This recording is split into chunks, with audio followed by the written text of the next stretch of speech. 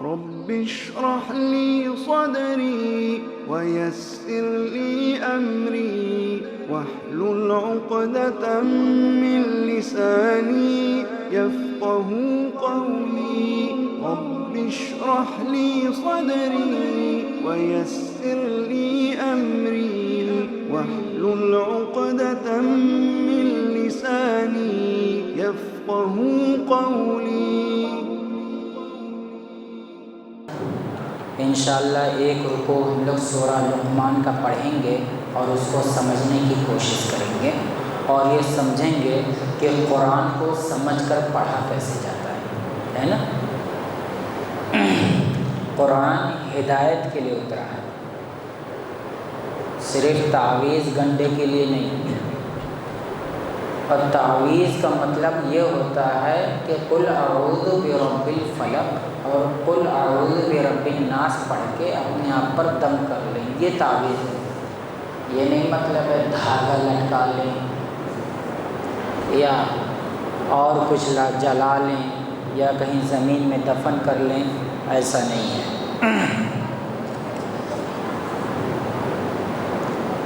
سورہ لقمان سورہ نمبر 31 اور دوسرا رکوع، اور ہم پڑھیں گے دوسرا رکوع آیت نمبر 13 سے 13.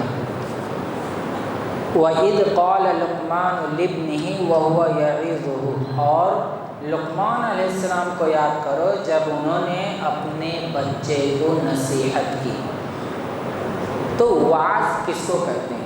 وعظ کہتے ہیں کہ کسی کو نصیحت کریں اور ساتھ میں ڈرائیں، اس کو وعظ کہتے ہیں. جیسے بچے آگ کے کنارے مت جاؤ، جل جاؤ گے، گاڑی تیز نہ چلاؤ، گر جاؤ گے، یہ نصیحت ہے. یعنی اس کے اندر خوف دلایا گیا ہے، خوف کہ جو یہ کام کریں تو اس کا ریئیکشن یہ ہو سکتا ہے. تو لقمان علیہ السلام مشہور حکیم تھے اور ان کا ذکر اس لیے کیا ہے کیونکہ انہوں نے حکمت سے بھری باتیں بتائی ہیں اور کفار مکہ ان کو جانتے تھے. تو اللہ رب العالمین نے کہا کہ جب ایک آدمی دانا، سیرت، حکیم ہے اور وہ توحید کا درس دے رہا ہے تو دنیا میں سب سے بڑی حکمت توحید ہے. سب سے بڑی حکمت کیا ہے؟ توحید. وَإِذْ قَالَ لُقْمَانُ لِابْنِهِ وَهُوَ يَعِظُهُ يَا بُنَيَّ، یا حرف ندا، اے بنیہ تصغیر، اے میرے لخت جگر، ہے نا، اے میرے لخت جگر، اے میرے کیوٹ بوائے، اے میرے سویٹ بوائے، یا بنیہ لا تشرک باللہ، اللہ کے ساتھ شریک نہ بناؤ، نہ اس کے نام میں، نہ اس کے صفات میں، اور نہ اس کی ذات میں، اور نہ اس کی عبادات میں، کسی میں بھی کسی کو شریک نہ بناؤ. تو لہذا معلوم کیا ہوا کہ ماں باپ کو سب سے پہلے اپنی اولاد کو توحید کے بارے میں بتانا چاہیے، اللہ کی عظمت کے بارے میں بتانا چاہیے کہ کون خالق ہے، کون رازق ہے، کون مالک ہے، یہ بتانا ضروری ہے اور یہ سب سے پہلی تعلیم ہونی چاہیے. تو اللہ رب العالمین نے بیان فرمایا کہ لقمان علیہ السلام نے کہا کہ اے میرے بچے، اللہ کے ساتھ کسی کو شریک نہ بناؤ، اللہ ایک ہے، اکیلا ہے، اسی کے لیے عبادت کرو، سجدے اسی کے لیے کرو، دعائیں اسی سے مانگو. زندگی وہی دیتا ہے، موت وہی دیتا ہے، ضرورت وہی پوری کرتا ہے، روزی وہی دیتا ہے، نفع نقصان کا مالک وہی ہے. اور فرمایا ان الشرک لظلم عظیم، اور شرک بہت بڑا ظلم ہے. دنیا کی سب سے بڑی نیکی توحید ہے اور دنیا کا سب سے بڑا ظلم جو ہے، سب سے بڑا گناہ جو ہے وہ شرک ہے.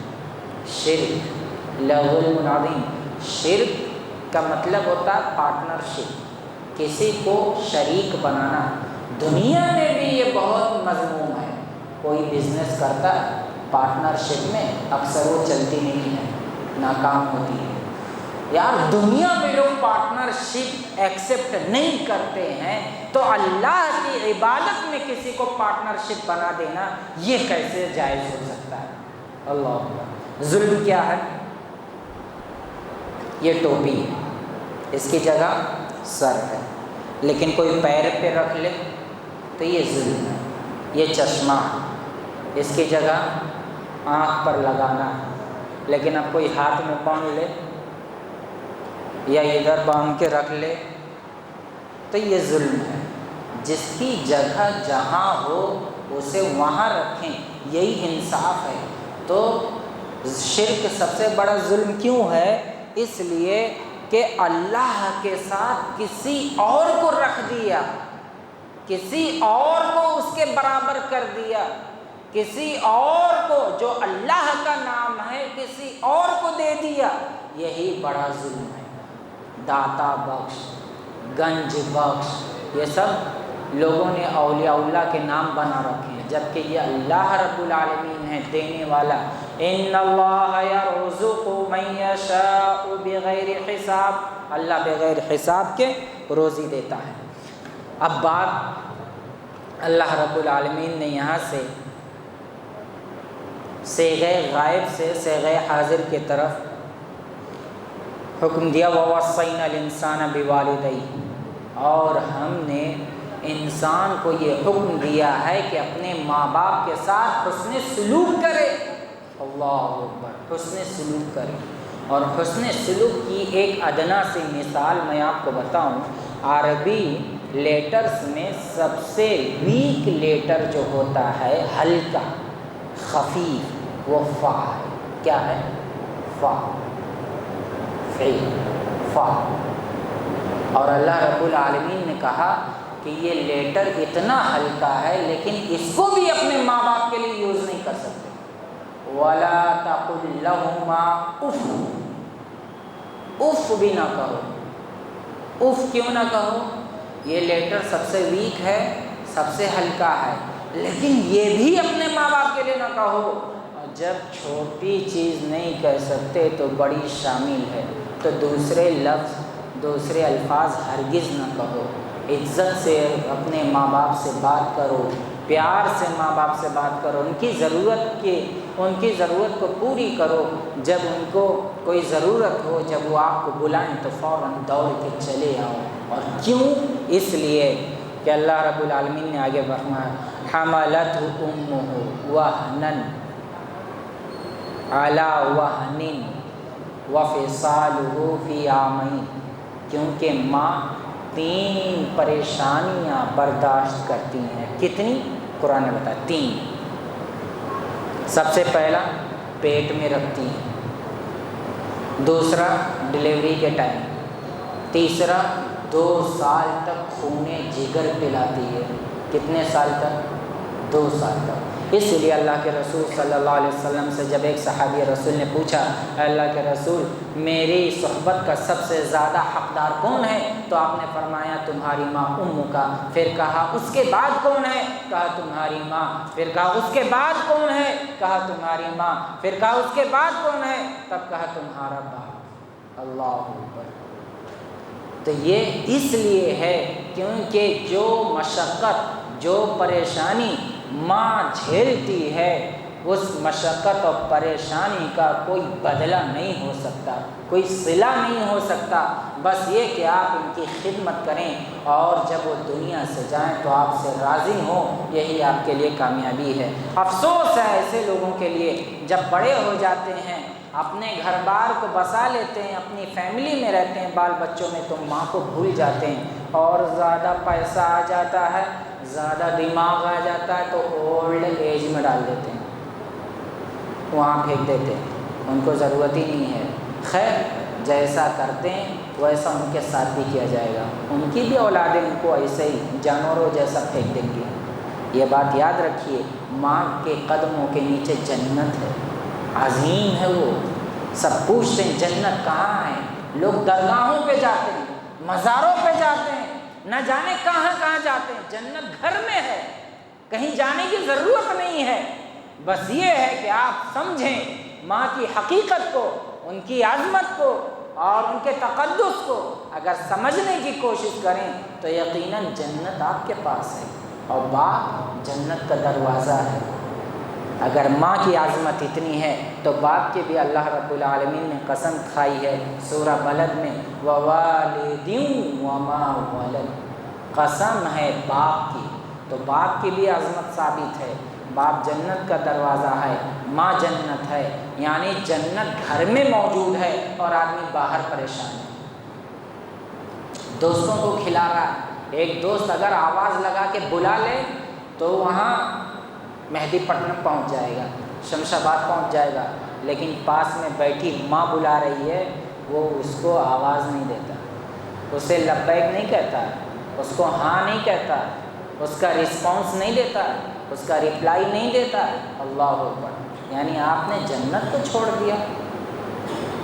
تو لہذا اللہ رب العالمین نے کہا کہ دیکھو ایک خالق حقیقی ہے جو رب ہے، اللہ ہے، جس کے قبضے قدرت میں سارے انسانوں کی جان ہے، ساری دنیا کی ساری مخلوقات کا رب ہے وہ، اور دوسرا تمہارا خالق مجازی ہے جس نے تمہیں پیدا کیا، یعنی ماں نے، اور پھر تمہاری ضرورت کو پورا کیا باپ نے، تو ان دونوں کے ساتھ تم حسن سلوک کرو۔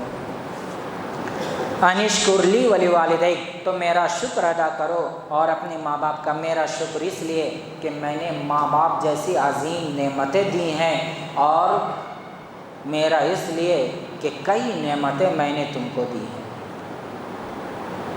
الی المصیر، اور اگر ایسا نہیں کرو گے، ماں باپ کے ساتھ غلط کرو گے تو یقیناً میرے پاس لوٹ کر آنا ہے، پھر اس کا حساب ہوگا، اس کا کتاب ہوگا اور اس کا انجام ہوگا۔ وَإِن جَاهَدَاكَ عَلَىٰ أَن تُشْرِكَ بِمَا لَيْسَ لَكَ بِهِ عِلْمٌ، اور ہاں اگر تمہارے ماں باپ کسی شرک کی باتوں کا حکم دیں، شرک کرنے کا، کفر کرنے کا، تو تم اپنے ماں باپ کی باتوں کا دھیان نہ دو، اس لیے کہ اللہ کے رسول صلی اللہ علیہ وسلم نے بھی ارشاد فرمایا لا طاعت فی معصیت الخالق، کہ خالق رب کے حکم میں اگر کوئی نافرمانی شامل ہو جائے، رب کے ساتھ کوئی نافرمانی کرنے کا حکم دے تو اس کی بات نہیں مانی جائے گی۔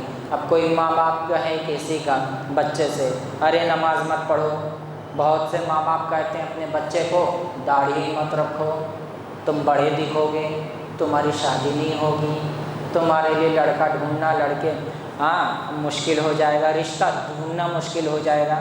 یہ سب کفریہ بات ہے، ایسا نہیں ہونا چاہیے، بلکہ دین کے خلاف کوئی بھی بات اگر ماں باپ کہیں تو اسے نہ مانیں۔ اور فرمایا فلا تطعهما وصاحبهما فی الدنیا معروفا، چاہے ماں باپ مسلمان ہوں یا مشرک ہوں، حسن سلوک تو دونوں کے ساتھ کرنا ہے۔ اور وصاحبهما فی الدنیا معروفا، انہیں اپنے ساتھ رکھو تاکہ ان کے درد کو سمجھو، ان کی ضرورت کو سمجھو، ان کی پریشانیوں کو سمجھو، اور ان کے جب وہ بیمار ہو جائیں تو ان کی خدمت کرو۔ یہ مطلب ہے اپنے ساتھ رکھو، یہ نہیں کہ ماں باپ کو اولڈ ایج میں ڈال دو چھٹی ہو جائے، ایسا نہیں ہے، نہ اسلام اس کی تعلیم دیتا ہے اور نہ یہ اسلامی تہذیب کے مطابق ہے۔ وَاتَّبِعْ سَبِيلَ مَنْ أَنَابَ إِلَيَّ، اور ان کی اتباع کرو جو میری طرف رجوع ہوئے۔ یہ سلف ہے، اور یہ کون لوگ ہیں؟ اللہ کے رسول صلی اللہ علیہ وسلم اور صحابہ کرام ہیں۔ ثُمَّ إِلَيَّ مَرْجِعُكُمْ فَأُنَبِّئُكُمْ بِمَا كُنتُمْ تَعْلَمُونَ، اور پھر تم ہماری طرف لوٹ کر آؤ گے، اور پھر میں اس وقت بتاؤں گا تم نے جو کچھ بھی دنیا میں عمل کیا تھا۔ تو لہذا پتہ یہ چلا کہ مرنے کے بعد ایک بار سب کو دوبارہ زندہ کیا جائے گا تاکہ دنیا میں کیے گئے اعمال کا حساب دیا جائے، اگر اچھا کیا ہے تو فبیہا، اور اگر برا کیا ہے تو وہ اس کے انجام کو دیکھے گا۔ تو دیکھیے یہاں پر اللہ رب العالمین نے کئی طرح کی باتیں بتائی کہ سب سے پہلے عقیدہ درست کریں، پھر ماں باپ کی خدمت کریں، اور اگر ماں باپ آپ کو کفری یا بات یا شرک کی بات کرنے کو کہیں تو اس کو نہ مانیں، ماں باپ کو ساتھ میں رکھیں اور اللہ کے نیک بندوں کے ساتھ رہیں۔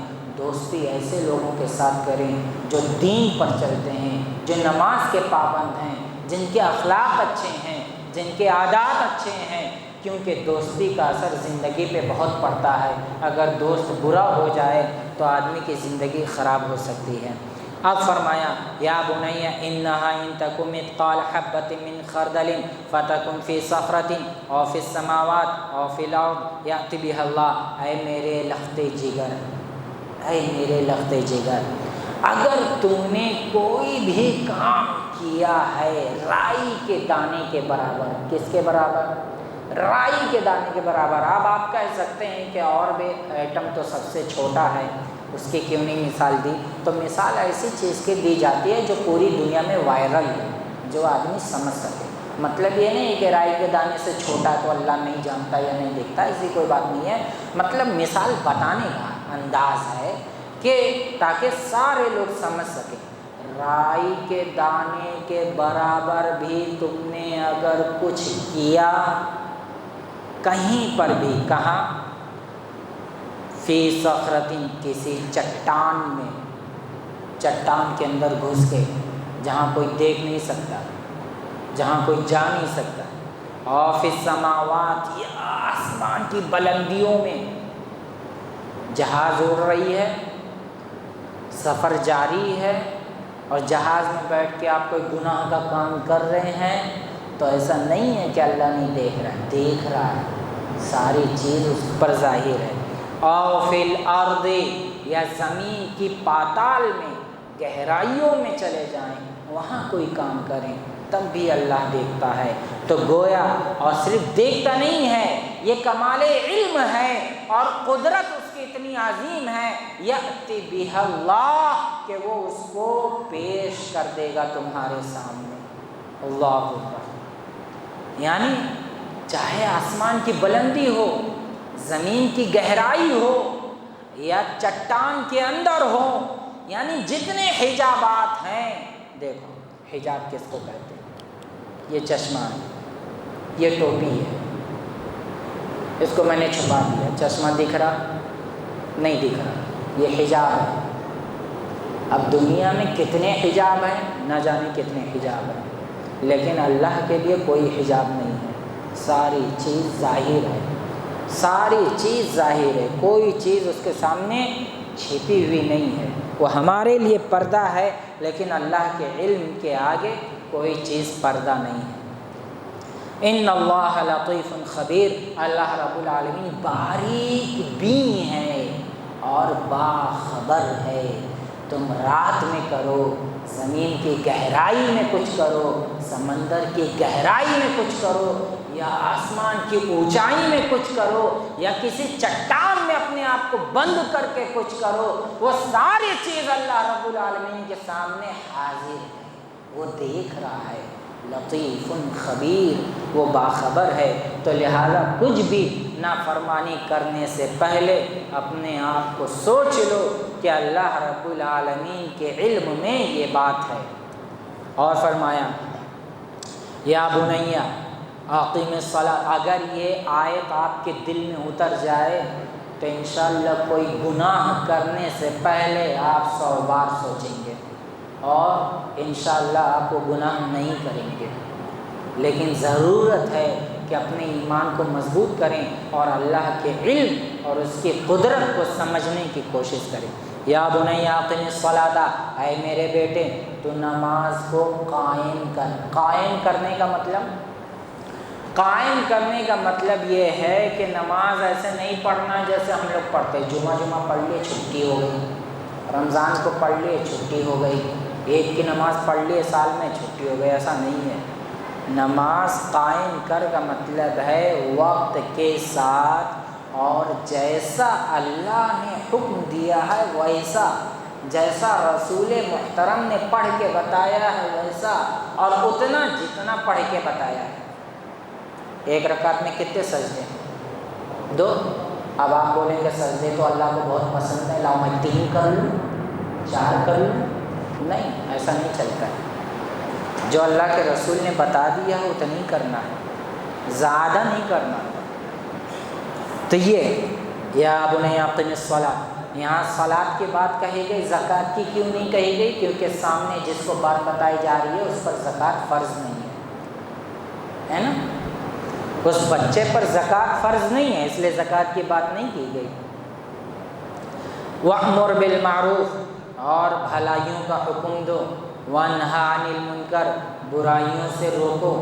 یہ ایسی بات ہے کہ جس میں ہم 0 نمبر پر ہیں۔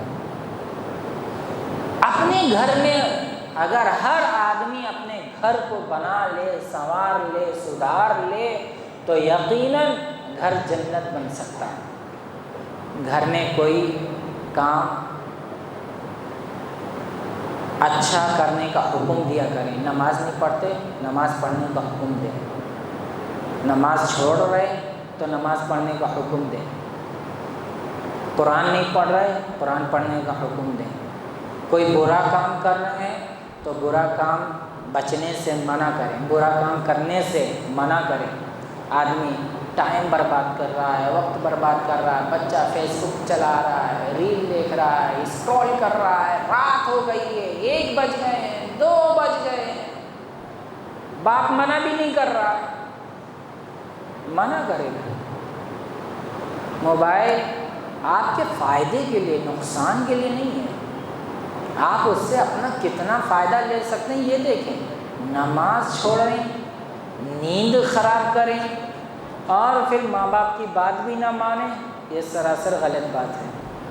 تو لہذا منع کرنے کی کوشش کریں، اور ہم اپنے دوستوں میں، اپنے رشتہ داروں میں کچھ کام غلط ہوتا دیکھیں تو اسے منع کرنے کی کوشش کریں، لیکن ہم لوگ خاموش رہتے، ارے جان دو جی، کرنے دو، وہ اس کا کام ہے، اس کا عمل ہے۔ نہیں، یہ دین کا حکم ہے، اچھائی بھلائی کا حکم دیں، برائی سے روکیں۔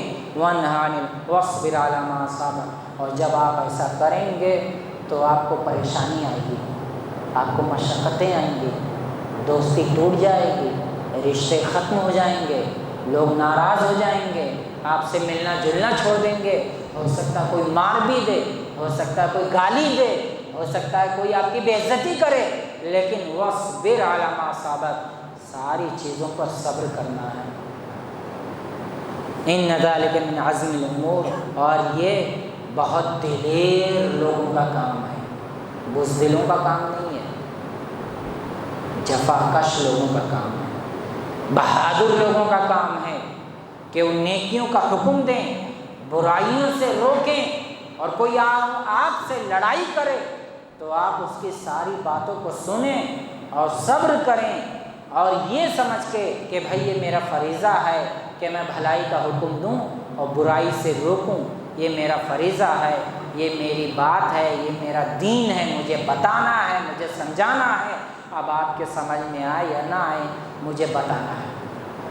تو جب آپ یہ کریں گے تو آپ کو مصیبتیں آئیں گی، مشقتیں آئیں گی، پریشانیاں آئیں گی، تو آپ اس پر صبر کریں۔ اب اللہ رب العالمین نے مزید بیان فرمایا کہ لقمان علیہ السلام نے توحید کی دعوت دی، گھر میں کیسے رہنا اس کی دعوت دی۔ اب یہ ہے کہ نماز کو قائم کرنا ہے اور بھلائی کا حکم دینا، برائی سے روکنا ہے، اس کی دعوت ہو گئی۔ اب مزید اخلاق آپ کا کیسا ہونا چاہیے یہ بتا رہے ہیں۔ وَلَا تُصَعِّرْ خَدَّكَ لِلنَّاسِ، اور ہاں لوگوں سے جب ملو تو گال پھلا کر گھمنڈ سے مت ملو، ایسے مت کرو، جب ملو تو پیار سے مسکرا کر سامنے والے کا دل خوش ہو جائے۔ گھمنڈ سے گال پھلاتے ہیں تو یہ گال پھلانے میں کتنی انرجی گئی بتاؤ، ذرا سی۔ تو اللہ رب العالمین نے کہا یہ ذرا سی بھی انرجی برباد مت کرو، اس سے اچھا یہ ہے کہ آپ مسکرا کر ملو، مسکرائیں گے تو اسے خوشی کا ہارمون پیدا ہوگا، سامنے والا بھی خوش ہوگا۔ یہی اللہ کے رسول نے کہا جب بھی تم اپنے بھائی سے ملو تو مسکرا کر ملو، مردہ دلوں کی طرح نہیں ملنا۔ کتنی بڑی مصیبت ہو جائے، مسکراتے رہنا ہے. حسبنا اللہ و نعم الوکیل. اپنا درد، اپنی مصیبت کسی کو بتانے کی کوشش مت کرو، اللہ کو بتاؤ جو کسی کو ذلیل نہیں کرتا ہے، جو ساری مصیبتوں میں جو کچھ بھی کماؤ وہ لوٹا دے گا اور آخرت میں بھی دے گا. انسان کو بتائیں گے تو آپ کا مذاق اڑائے گا، وہ آپ کے اوپر ہنسے گا، وہ آپ کو اور پریشان کرنے کی کوشش کرے گا، وہ آپ کی پریشانیوں کے لیے ہنسی کا ایک ذریعہ بنائے گا. تو پریشانی کتنی بھی ہو، پریشان ہونے کا مطلب یہ نہیں ہے کہ سب کو بتاتے پھرو کہ میں پریشان ہوں. نہیں، رب کو بتاؤ، اللہ کو بتاؤ. جس سے یونس نے بتایا، ایوب نے بتایا اور دیگر انبیاء علیہ السلام نے بتایا، اسی رب کو بتاؤ. وہ آپ کا راز کسی کو نہیں بتائے گا، وہ آپ کو ذلیل نہیں کرے گا، وہ آپ کا نقصان نہیں چاہے گا. جتنا نقصان ہوا اس سے زیادہ دے گا. بلکہ اگر تم نے گناہ کیے ہیں، سچے دل سے اللہ سے توبہ کر لیا ہے، تو اللہ رب العالمین گناہوں کو نیکیوں میں کنورٹ کر دے گا، بدل دے گا. صرف معاف نہیں کرے گا بلکہ یہ حکم دے گا کہ ان گناہوں کو نیکیوں میں بدل دو. اللہ اکبر، بہت بڑی بات. تو ولا تصعر خدک للناس، تو تم، اور سار کہتے ہیں اونٹ کے گلے میں ایک بیماری ہوتی ہے تو ہمیشہ ایسے گردن اوپر کیے رہتا ہو. تو کسی سے جب بات کرو تو پورا جھکاؤ رکھو. ایسا یہ نہیں کہ جب آپ بات کر رہے ہیں تو ہاں کیا بول رہے ہیں، نہیں، یہ غلط بات ہے. جب آپ کسی سے بات کریں تو فیس ٹو فیس بات کریں. یہ نہیں کہ آپ اپنی پوزیشن چینج کریں، پیچھے آدمی بول رہا ہے، ہاں میں سن رہا ہوں بولتے رہو، یہ غلط بات ہے. فیس ٹو فیس بات کریں. جب بھی بات کریں کسی سے فیس ٹو فیس، ہے نا. یہ انداز کلام نہیں ہے، آداب گفتگو کے خلاف ہے کہ جب آپ کسی سے بات کریں آپ اس کو توجہ نہ دیں، آپ اس کو فوکس نہ دیں، آپ اس کی بات نہ سنیں. وَلَا تَمْشِ فِي الْأَرْضِ مَرَحًا، اور آپ زمین پر اکڑ کر نہ چلیں، ہے نا. وقار، سکینت کے ساتھ چلیں، وقار کے ساتھ چلیں، اکڑ کے نہ چلیں، گھمنڈ سے نہ چلیں، ایسے سینہ تان کے لیفٹ رائٹ کر کے، ایسا نہیں. وقار سے چلیں، کیونکہ نہ زمین میں آپ چھید کر سکتے ہیں اور نہ آسمان کی بلندی کو پہنچ سکتے ہیں. اور اس پوری کائنات میں تو رائی کے دانے کے برابر بھی حیثیت نہیں ہے، تو اس میں گھمنڈ کس بات کی. تو یہ ان اللہ لا یحب کل مختال فخور، تو اللہ رب العالمین ہر شیخی بگھار کو پسند نہیں کرتا. مختال کس کو کہتے ہیں؟ مختال ایسے آدمیوں کو کہتے ہیں وَهُوَ يُعَظِّمُ نَفْسَهُ يَتَعَالَى نَفْسَهُ، کہ وہ اپنے آپ کو فخریہ انداز میں بڑا سمجھے کہ میں بہت بڑا ہوں، بڑی دولت والا ہوں، بڑے اسکل والا ہوں، بڑی کمائی والا ہوں، بڑے ایکسپیرینس والا ہوں، بڑا ٹیلنٹڈ ہوں، بہت بڑا نیتا ہوں، بڑی پولیٹیکل پارٹی کا ممبر ہوں، بہت ہے، لوگ جھکتے ہیں میرے سامنے، سلام کرتے ہیں. تو ایسے بندے کو بھی اللہ پسند نہیں کرتا. یعنی جو اپنے آپ کو بڑا سمجھے وہ مختال، اس کو کیا کہتے ہیں؟ مختال، جو اپنے آپ کو بڑا سمجھے. اور جو لوگوں کو چھوٹا سمجھے، کوئی بھی آدمی ہو اس کو چھوٹا سمجھے، اس کا ادب نہ کرے، اس کے اسٹیٹس کے حساب سے اس کا ادب نہ کرے، تو وہ کیا ہوتا ہے؟ فخور ہوتا ہے. وہ کیا ہوتا ہے؟ فخور، یعنی دوسرے کو حقیر سمجھنا. اور اچھا دیکھو قرآن کی تعبیر دیکھو، وَلَا تُصَعِّرْ خَدَّكَ لِلنَّاسِ، یہ ساری باتیں کس کو کہہ رہا ہے؟ کہ تم گال پھلاؤ نہیں، گال پھلا کے بات نہ کرو. کس سے؟ للناس، یعنی کامن ہے، آل ہیومن. اس میں مسلم کی بات ہی نہیں ہے کہ مسلمان سے گال مت پھلاؤ، ایسی بات نہیں ہے. ارے مسلمان تو چھوڑو، ہندو ہو، سکھ ہو، عیسائی ہو، کوئی بھی آدمی ہو، ہیومن ہے، تو یہ آپ کے اوپر ضروری ہے کہ آپ عزت سے اس سے ملیں، اکرام کریں، احترام کریں. اور آداب مجلس، آداب گفتگو، جو کچھ بھی ہو سکتا ہے آپ اس کو پورا بروئکار اپنے خاطر میں لے کر آئیں۔ انسان ہے وہ، تو انسان ایک انسان سے جب ملے تو انسانیت سے ملے، انسانیت سے مل کر بات کرے۔ تو اس میں فخور میں بھی یہی لفظ ہے کہ فخور کا مطلب یہ نہیں ہے کہ مسلمان کو حقیر سمجھے، کسی بھی انسان کو وہ حقیر نہ سمجھے، وہ اللہ کی بنائی ہوئی مخلوق ہے، اور اللہ رب العالمین کے قدرت کا، علم کا وہ ایک شاہکار ہے، اسے دیکھ کر آپ عبرت لیں، وہ حقیر نہ سمجھے۔ اس کارخانے قدرت میں کوئی چیز حقیر نہیں ہے۔ اور فرمایا وَاقْصِدْ فِي مَشْئِكَ، اور جب چلیں تو وقار سے چلیں، سکینت سے چلیں، آرام سے چلیں۔ اسی لیے اللہ کے رسول صلی اللہ علیہ وسلم نے ارشاد فرمایا کہ جب تم مسجد میں آؤ اور جماعت ہو رہی ہو تو دوڑ کر نہ آؤ، وقار کے ساتھ آؤ، ادب کے ساتھ آؤ، جو نماز مل جائے پڑھو، اور باقی جو رہ جائے وہ بعد میں پوری کرو۔ ابو بکر رضی اللہ تعالی عنہ دوڑ کر آئے تو آپ نے فرمایا ولا تعد، اب دوبارہ ایسا مت کرنا، یہ آپ کے لیے خاص تھا۔ اور فرمایا واغضض من صوتک، اور اپنی آواز کو پست رکھو۔ چلا کر بات کرنے سے دوسروں کو تکلیف ہوتی ہے، اور ہو سکتا ہے کہ اس کے کان میں درد ہو جائے، تو لہذا تمہارے لیے جائز نہیں ہے کہ تم کسی کو پریشان کرو اپنی آواز سے۔ اللہ اکبر، اپنی آواز سے۔ ان انکر الاصوات لصوت الحمیر، ہم لوگ بات چیت کرتے ہیں تو کبھی کبھی آواز بلند ہو جاتی ہے، بلند کرنے کی کوشش نہ کریں۔ آواز اگر آپ نے بلند کی تو آگے فرمایا ہے، کیا فرمایا ہے؟ سب سے بری آواز کس کی ہے؟ گدھے کی۔ کس کی؟ کیوں ہے بری؟ سائنسٹیفک، سائنس ہے، قرآن سائنس ہے۔ جتنی بھی آواز ہم سنتے ہیں وہ 40 to 50 ڈیسیبل ہوتا ہے۔ کتنا؟ 40 to 50 ڈیسیبل نارمل آواز ہوتی ہے۔ گدھا، اچھا گدھا ہی کیوں لایا اس میں؟ یہ بھی قرآن کی عظمت ہے۔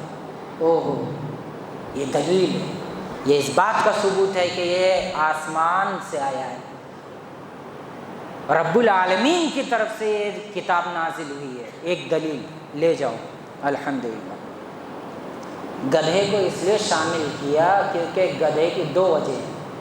ایک تو اس کی آواز تیز ہوتی ہے، کتنی ہوتی ہے آپ گوگل کر کے دیکھ لیں، 80 سے 120 ڈیسیبل تک ہوتی ہے، یعنی آدمی کو بہت برا لگتا ہے، اور کبھی کبھی کان پھٹ سکتے ہیں۔ کیا ہو سکتے ہیں؟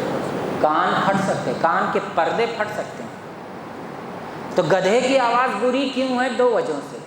ایک تو اس لیے کہ اس کی آواز تیز ہے، دوسری اس لیے کہ اس کی آواز میں کوئی سر اور تال نہیں ہوتا ہے، بے ڈھنگم آواز ہوتی ہے۔